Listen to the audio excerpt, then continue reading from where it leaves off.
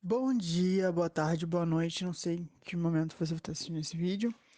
Sou o Lucas e o meu artigo se chama A Widespread Coral Infecting Apicomplexa with a Chlorophyll Biosynthetic Genes, ou basicamente um coral infectado com apicoplexa com um gene para biossíntese de clorofila.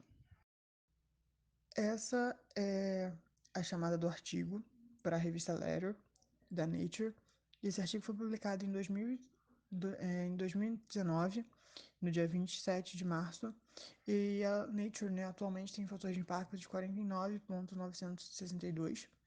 Ele foi desenvolvido pelo Departamento de Botânica da da Colômbia Britânica, e essa é a chamada do artigo na revista, né, Letter, que é Coral Symbiosis is a Three-Play Game, ou seja, que a simbiose em corais é um jogo triplo entre coral, a zooxanthella e o apicomplexa. Eu vou introduzir, né, os assuntos e dividir a minha introdução em três pontos principais: Anthozoa, apicomplexas e metagenômica. Então, os antozoários, eles são conhecidos como os corais verdadeiros. Eles não possuem fase de medusa e compreendem mais ou menos 6.000 espécies. Tem uma endossimbiose com dinoflagelados, chamados simbiontes SPP, que esses dinoflagelados, eles são a zooxanthella. Possuem diversas importâncias ecológicas, porque esses corais eles servem como barreira para ondas e servem de abrigo para vários peixes e outros animais. O branqueamento de corais ele ocorre quando a gente tem a simbiose com os dinoflagelados, né, sendo quebrada pela acidificação dos oceanos, pelo aumento da temperatura dos oceanos, e os dinoflagelados acabam realizando um estresse oxidativo no coral, e o coral acaba expulsando esse simbionte, que é o dinoflagelado. Então, os apicomplexos, eles são normalmente parasitas, como o Plasmodium spp ou Toxoplasma gold. Tem mais ou menos 5.000 espécies, fazem parte do grupo conhecido como Alveolata, sendo o único parasita obrigatório do grupo. E recebem esse nome devido ao complexo que eles têm, né, um complexo apical, chamado de apicoplastos. Por isso o nome é apicomplexo. É, Crom, Cromera velha e Vitrella brasicaliformes são dois desses apicomplexos encontrados em corais, né? Então, a parte de metagenômica, nesse estudo eles vão ver duas subunidades, a 18S do RNA, que é a menor subunidade presente em eucária, e é altamente conservada e alvo de vários estudos filogenéticos, e a subunidade, né, 16S do RNA, que é um marcador modelo para procarioto, mitocôndria e mitocondrial, né, para plastídeo de eucariotos. Diversos estudos anteriores, né, e além desse, têm obtido dificuldade de inferir sobre a microbiota dos corais, e neles foram identificadas duas sequências prevalentes em cerca de 80% dos indivíduos analisados, que é o ARLV e o Type N. Mas assim, quais são esses organismos, o que eles fazem, a gente ainda não sabe. E diversos outros estudos já foram vistos antes, né? Inclusive esse estudo também ele vê isso, mas isso é um spoiler, né? Mais pra frente eu vou explicar bonitinho. Para as primeiras análises, né, eles viram que um único apicomplexo está presente em diversos corais.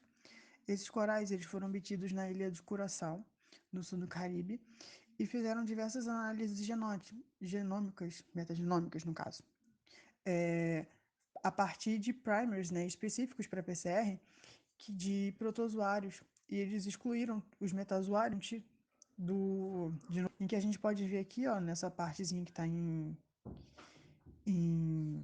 circulada, né, de vermelho, em que eles demonstram em que eles estão, que demonstra, né, que ele está presente nesses corais, né, obtidos na Ilha de Coração.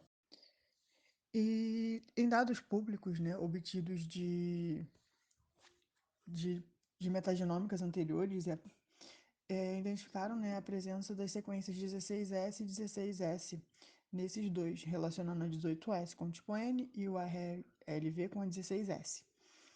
Em que a gente pode ver que ela está presente em diversas partes, né, diversos corais em diversas espécies obtidos nessa ilha. E a 16S está presente em alguns também.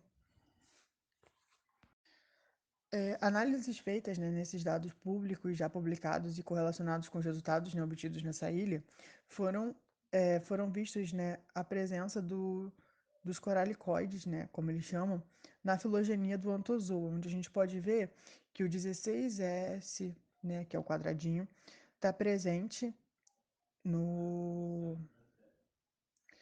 nos que a gente encontrou em aquário.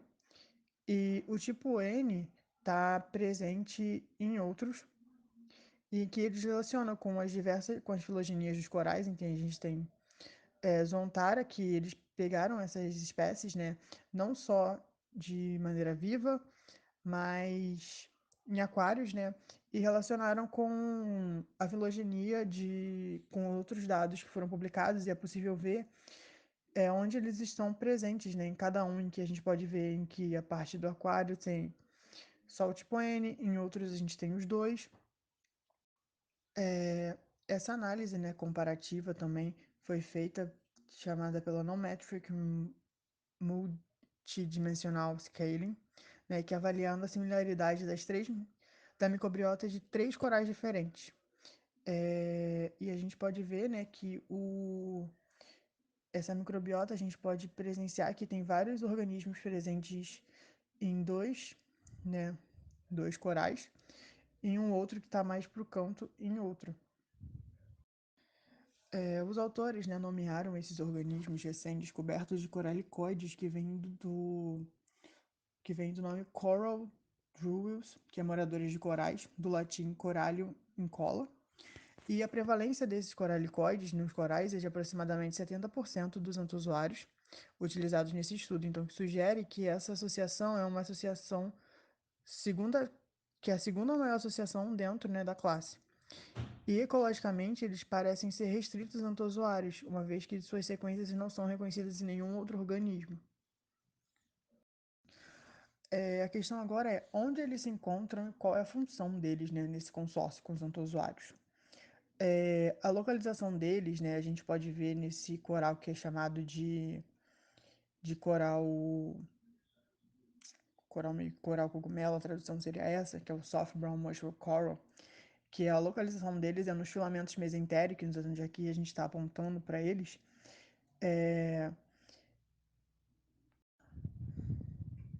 e que, né, foi realizada, né, uma fluorescência hibridizada, né, que auxilia para a gente ver a localização, onde a gente pode ver que essa localização, a gente tem as oxantelas apresentadas, os os nematocistos.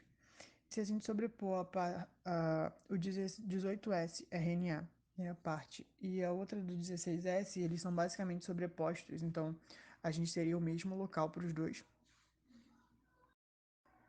Foi realizada uma microscopia eletrônica de transmissão, que foi mostrado outras estruturas, né, do apicomplexo, em que a gente tem a mitocôndria, a gente tem o núcleo, em esses apicomplexos que foram encontrados nesses corais, e esses coralicoides conservam muito parentesco com esses demais apicomplexos.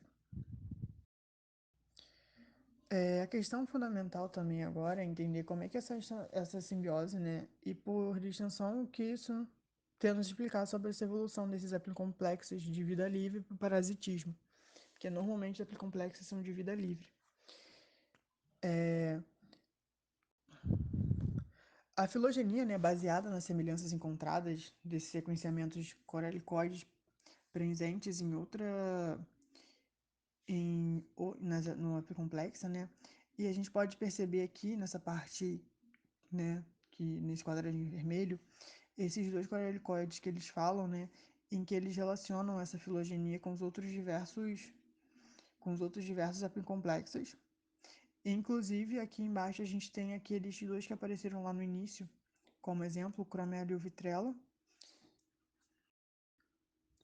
E a partir, né, do sequenciamento do plastídeo, desse WKC1, ou seja, do Rhodactylus sp, em comparação com outros apicomplexos e ancestrais, né, de vida livre, a gente pode perceber que eles têm essa mesma base, né, dos RNAs, e a gente tem eles com esse, né, com esse gene para biossíntese de clorofila, que está presente, né, nesses coralicoides, mas eles não têm os genes de fotossíntese, de fotossintético. E isso acaba confirmando que essa foi uma aquisição horizontal, né? E não foi derivado, que não é uma aquisição horizontal, ou seja, ele não adquiriu ao longo da vida, mas ele é sim derivado de um ancestral. Então, com base em tudo isso que eu falei, o, o artigo chega a três conclusões: que os coralicoides são simbiontes presentes na maior prevalência depois das zooxantelas, né, que são simbionte USPP, e até então sabe-se que eles possuem genes envolvidos para a biossíntese de clorofila, que, que eles possuem, né, esses genes para a biossíntese de clorofila, que outros apiconcelas não possuem, o que sugere uma ação, né, de seleção muito forte nesses genes, e que a partir do sequenciamento desse plastídeo e a comparação com os ancestrais fotossintetizantes, a gente pode interferir que os coralicoides são possíveis intermediários entre a vida livre e o parasitismo intracelular. É isso, gente. Muito obrigado.